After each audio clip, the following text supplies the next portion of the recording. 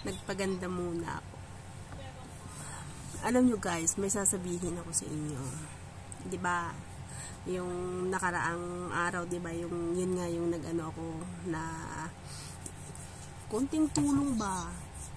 Wala naman sa loob ko yun, wala naman sa ano ko na masamain yung ganun na may nag-message sa akin, yan yung message na yan.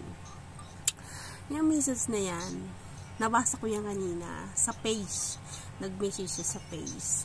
Ang sabi niya, wala daw akong kakayahan na tumulong kasi isa rin daw akong isang kahig, isang tuka at mahirap pa daw ako sa daga.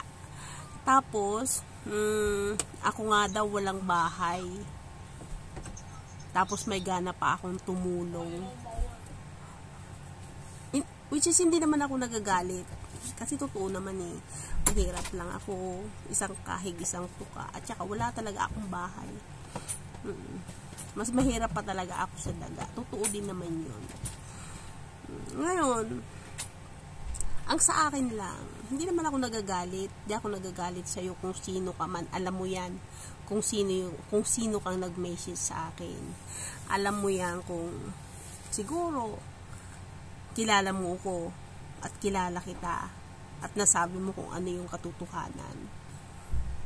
Diba? Pero sana inalam mo na lahat yung tungkol sa buhay ko bago ka nag-message sa akin. Hindi naman sa akin, wala naman problema yun eh. Na yung konting halaga ba, nagagalit ka pa. Ano bang ginagagalit mo dun? Sariling bulsa ko yun. Sariling pera ko yun, galing sa bulsa ko pala. Malay mo ba? Oo, wala akong kakayanang tumulong. Malay mo ba?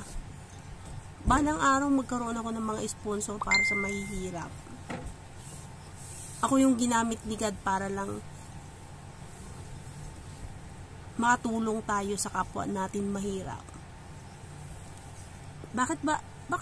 Ano bang problema mo? Kung tutulong ako sa halagang 100, 'di ba? Grabe ka naman. Below the belt naman yung mga sinabi mo sa akin. As in, sobrang masakit para dito. Masakit para sa akin yung mga sinabi mo na yun. Pero okay lang yun sa akin kasi totoo naman eh. Sana ikaw mayaman ka, hindi mo pinagdaanan yung mga pinagdaanan ko, hindi ka mahirap, hindi ka isang kahig, isang tuka. Sana maisip mo na maging sponsor ka sa akin kung mayaman ka para makatulong tayo. Makatulong ba tayo? 'Di ba? Hindi yung lalaitin mo ko. Sa akin okay lang yun. Walang problema. Kahit mag-comment ka sa sa mga posting ko, hindi ako apektado doon. At saka bakit dinilit mo? Ba't dinilit mo yung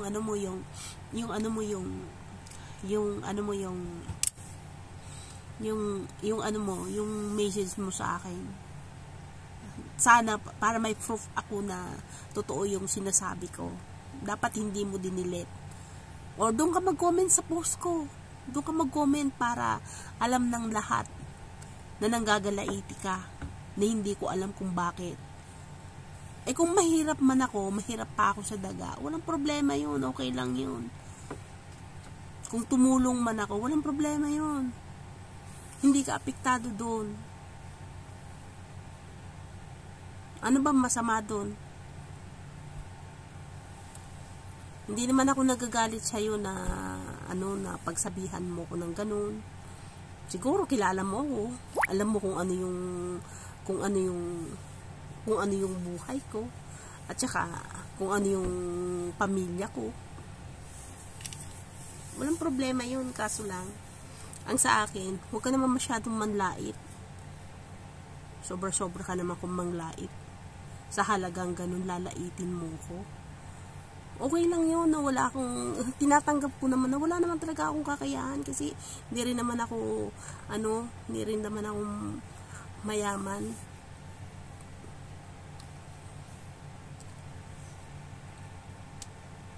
Wala din naman akong pera. Kung may nasusobra lang, yun. Tapos dinilit mo agad. Busy lang ako kanina kaya hindi ko yun na-screenshot. Tapos nung tiningnan ko na uli, tiningnan ko na ngayon, wala na. Dinilit mo na.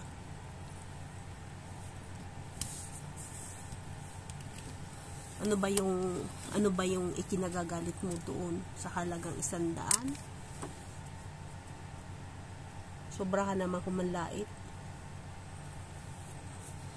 Siguro, kilalanin mo pa ako ng mas lubos.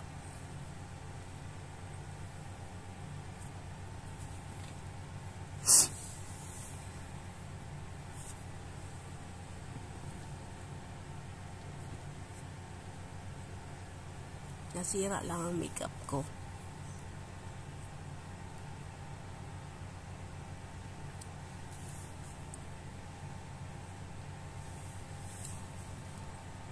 Kala mo naman.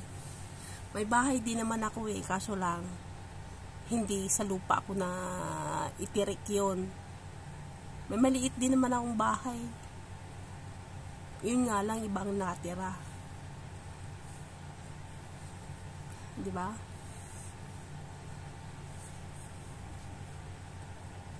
Nakapagpabahay din ako kahit maliit. Na-scam nga lang. Huwag mo sasabihin na wala akong bahay. Meron akong bahay. Nakatulong pa nga ako Okay lang sa akin ako kahit pakalat-kalat. Isa pa pala, may sinabi pa pala siya na ako nga daw pakalat-kalat. Totoo naman kasi sa totoo lang ako, hindi naman talaga ako nag-i-stay doon sa lugar namin.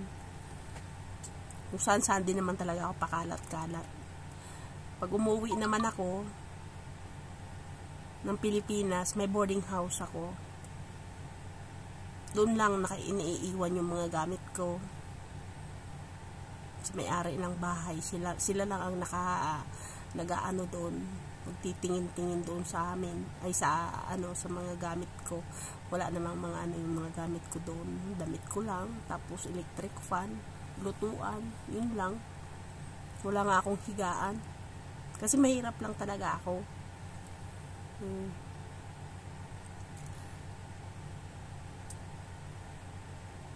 Hindi ko naman sinasabi na mayaman ako. Wala naman ako sinabing mayaman ako.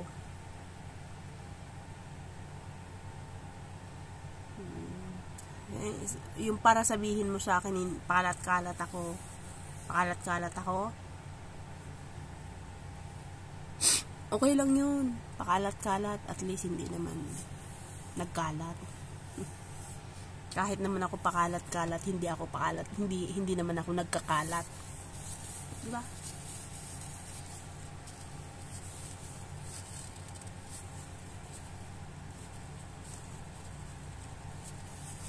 Lalo lang napango yung ilong ko. Yung kilay ko hindi pa rin naayos yung isa.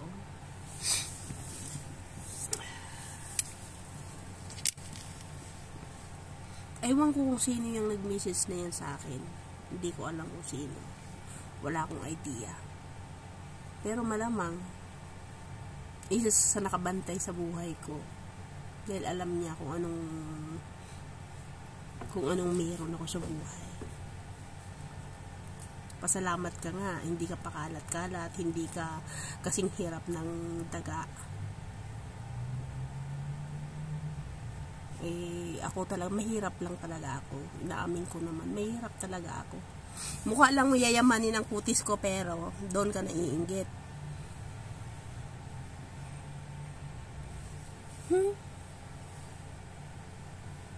Ano pa kaya pag tangos ako ng ilong ko, edi lalong mainggit ka.